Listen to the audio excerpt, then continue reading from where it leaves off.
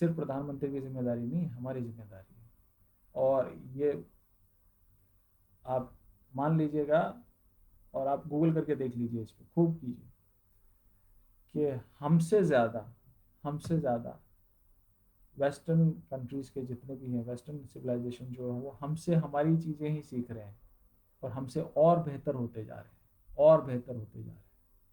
अभी एक नया बहस छिड़ गई है वहाँ पे, और उस पर बड़ी चर्चाएं होती हैं। आर्किटेक्ट्स और इंजीनियर्स बहुत ही, उनको तो बहुत ही अकड़ होती है। हम कुछ भी बना सकते हैं, हम कहीं भी कुछ भी बना सकते हैं, ये है।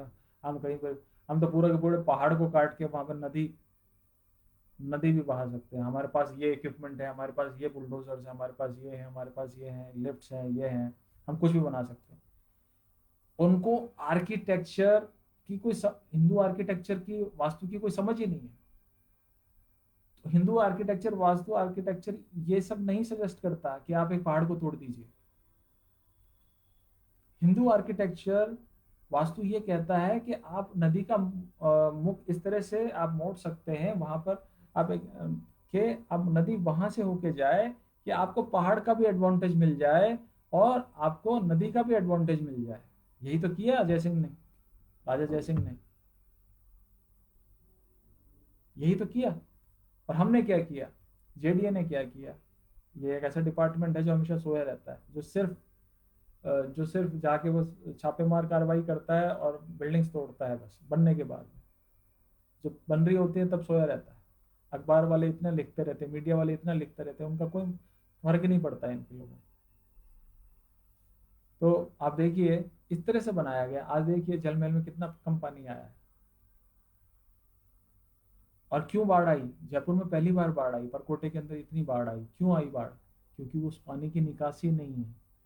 जहाँ से छोटे छोटे जो झरने और नाले जो बहते थे, वहां पर तो मकान बनने दिए हमने, हमारी जयपुर के जेडीए ने, व्यवस्था ने बनने दिए। तो पानी रुक गया, और वो पानी कहाँ जाएगा? वापस यहीं आएगा। तो अब ये संस्कृति, हमारा जयपुर जो इतने 100 साल पुराना है, उसकी संस्कृति बर्बाद कर रहे हैं। अब ये पानी जब जाएगा तो ये सारी हवेलियों को, सबको कमजोर करेगा। जबरदस्ती मेट्रो घुसा दी परकोटे के अंदर, कोई मतलब नहीं, कोई लेना नहीं, कोई देना नहीं। सीएजी की रिपोर्ट आ चुकी है कि कांग्रेस के जो ये प्रतिनिधि हैं, इन्होंने बस बस कोई औचित्य ही नहीं, जयपुर क्वालिफाई ही नहीं करता मेट्रो के लिए। और अगर बनाई भी गई है तो वो लॉस मेकिंग प्रपोजिशन है, जबरदस्ती थोपी गई है, और यहाँ की संस्कृति को खराब किया गया है। मॉन्यूमेंट्स में दरारें आ गई, जो हवेलियों में दरारें आ गई, इसके लिए कौन जिम्मेदार है? वो पॉलिटिशियन तो, वो सीएम तो निकल जाएगा, अपना टर्म पूरा करके निकल जाएगा, लेकिन वो आपका पूरा आर्किटेक्चर, जो वर्ल्ड हेरिटेज है, आपका वर्ल्ड हेरिटेज वाला आर्किटेक्चर, उसको खराब करके निकल लिया वो तो ये हमारी जिम्मेदारी है कि हम ऐसी खराब चीज के लिए प्रोटेस्ट करें, एक कैंपेन चलाएं, प्रोटेस्ट करें। और जो हमारी संस्कृति को बचाने के लिए, हम कहते हैं कि हिंदू मुस्लिम की बड़ी बड़ी लड़ाई बड़ा है ना, एक मतभेद छिड़ा हुआ है भारत देश में। जो लोग मुसलमान हैं आज, जो लोग ईसाई हैं आज हमारे यहाँ पे, उनको जरा पूछो कि आपके दादा के दादा कौन थे भाई, किस पीढ़ी से आप आ रहे हैं? ये सभी तो हिंदू ही तो थे। ये जबरदस्ती कन्वर्ट किए गए मुगलों के द्वारा, अंग्रेजों के द्वारा। तो कोई अलग नहीं है, ये सब हम सब हम सब एक ही हैं। हम सब एक ही हैं, बस मान्यता चेंज हो गई।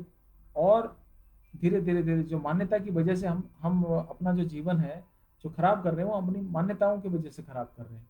इससे कोई फर्क नहीं पड़ता कि वो साइंस से वो मान्यता आती है, टीवी से वो मान्यता आती है, या टेक्नोलॉजी से वो मान्यता आती है, या फिर किसी धर्म से वो मान्यता आती है। अगर वो मान्यता खराब है तो उसको आप छोड़ दीजिए। अगर वो आपकी संस्कृति को खराब करती है, आप उसको छोड़ दीजिए, मत अपनाइए। अगर वो आपके देश के विरुद्ध है तो आप उसको छोड़ दीजिए।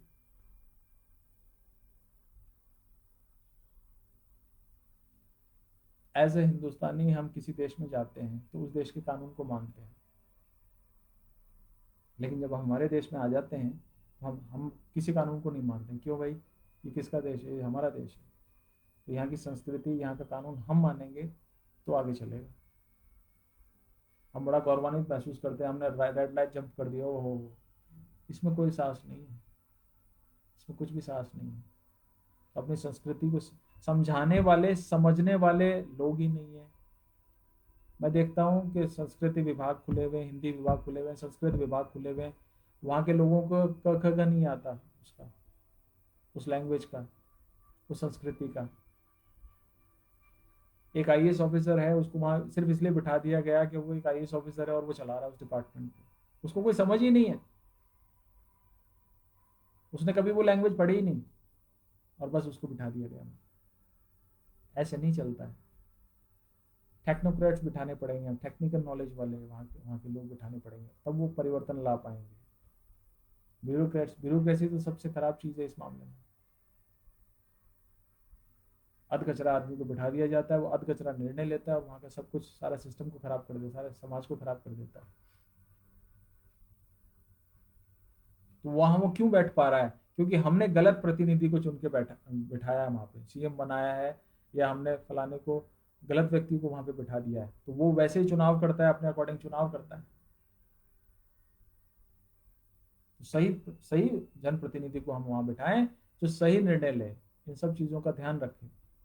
और जिस जिस सीएम ने भी, जैसे भैरव सिंह जी ने, या जिस भी सीएम ने हमारे हमारे राजस्थान के अंदर और संस्कृति को बचाने की बात करी, मॉन्यूमेंट्स का संरक्षण करवाया, ठीक है, नए पाथवेज बनवाए, दोबारा दोबारा बनवाया, उनको रिकंस्ट्रक्ट करवाया, वो आज भी याद आते हैं, आज भी हम उनके प्रति सम्मान से झुक जाते हैं। संस्कृति को बचाना एक आदमी की जिम्मेदारी नहीं है, संस्कृति को बचाना पूरे समाज की जिम्मेदारी है। तो अगर हम वो जिम्मेदारी पूरी नहीं करेंगे, हम ये सोचेंगे ये तो सरकार का काम है, तो सरकार तो अगर गलत आदमी आ गया तो नष्ट करेगा, उसको समझ ही नहीं है, वो तो नष्ट करेगा। लैंग्वेज से लेकर, पहनावे से लेकर, बोलचाल से लेकर, आपके खान पान से लेकर, रहन सहन से लेकर, आपके मकान के आर्किटेक्चर से लेकर, आप किस तरह की गाड़ियां आप चलाते हैं, किस तरह की सड़कें आप बनाते हैं, कहाँ पाथवे, कहाँ आपके जो आप जो शॉपिंग सेंटर्स आप जो बनाते हैं वो किस तरह से बनाते हैं आप, ये सब कुछ संस्कृति का हिस्सा है, ये सब कुछ वैदिक संस्कृति का हिस्सा है। वैदिक संस्कृति में वास्तु के अंदर, आयुर्वेद के अंदर सिर्फ ये नहीं है कि आपने बस एक मकान का या एक किले का या एक महल का बना दिया वास्तु, नहीं, पूरे के पूरे शहर बसाने की पूरी वास्तु विद्या है उसके अंदर। मंदिर को कैसे बनाए उसका अलग वास्तु है, उस मंदिर को शहर में कहाँ बनाए ये अलग वास्तु है उसका, स्कूल को कहाँ बनाए शहर के अंदर, इंडस्ट्री अगर लगानी है तो उसको कहाँ लगाएं ताकि उसका पोल्यूशन, पोल्यूशन तब भी होता था, लकड़ी जलाई जाती थी तो, ठीक है, लोहे को अगर आपको करना है, मेल्ट करना है तो लकड़ी जलाई जाती थी, तो वो प्रदूषण शहर के अंदर नहीं आया, तो उसको किस दिशा में रखना है। अगर आपने नॉर्थ वेस्ट दिशा में अगर रख दिया, जैसे जयपुर में कुछ इंडस्ट्रियल एरिया नॉर्थ वेस्ट में भी बना दिए गए हैं, कुछ इंडस्ट्रियल एरिया मैंने देखा है, रिंको या आपके वीकेआई जो बनाया गया है ये नॉर्थ में बना दिया गया है, क्यों भाई, ये बेवकूफ़ी किसने करी? और पूरा फिर उससे जयपुर का जो पोल्यूशन लेवल है राइज करता है। तो ये सब चीज़ें संस्कृति का हिस्सा हैं, ये सब चीज़ें आपके जो लीडरशिप है, आप उस पर छोड़ के आप पीछे नहीं हट सकते। अमेरिका में ये बहस छिड़ चुकी है कि वहाँ के मेयर्स जो हैं, शहर के जो मालिक हैं, जिले के जो मालिक हैं, जिनको हम जनप्रतिनिधि बना के भेजते हैं, इलेक्ट करके भेजते हैं, उनको इन सब चीज़ों के लिए प्रेशराइज किया जाए, उनको इन चीज़ों की समझ डेवलप की जाए। अगर नहीं है तो उनको समझ दो, बताओ, मीटिंग्स करो।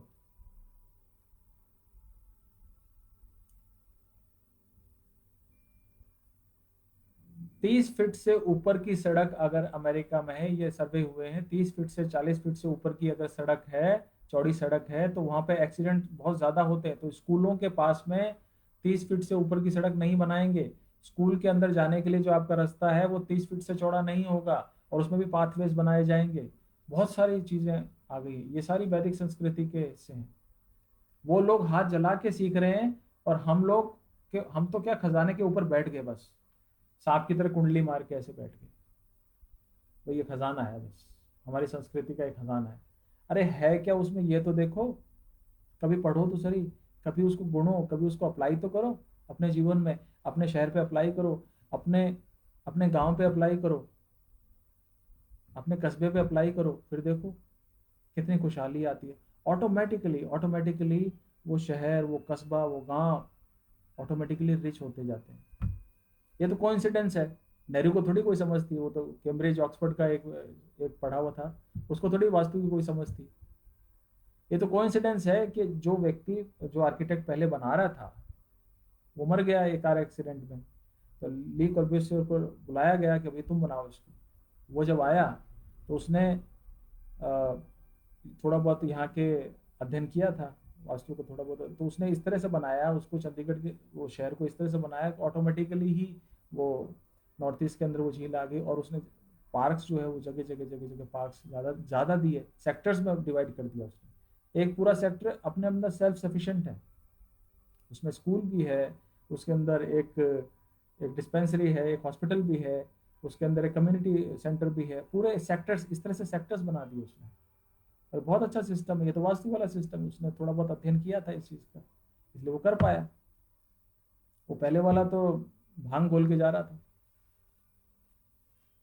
वो भी एक अंग्रेज था, और ये भी एक अंग्रेज था। और हमारे यहाँ जो देखो आप, चार्ल्स ने बनाया है ये।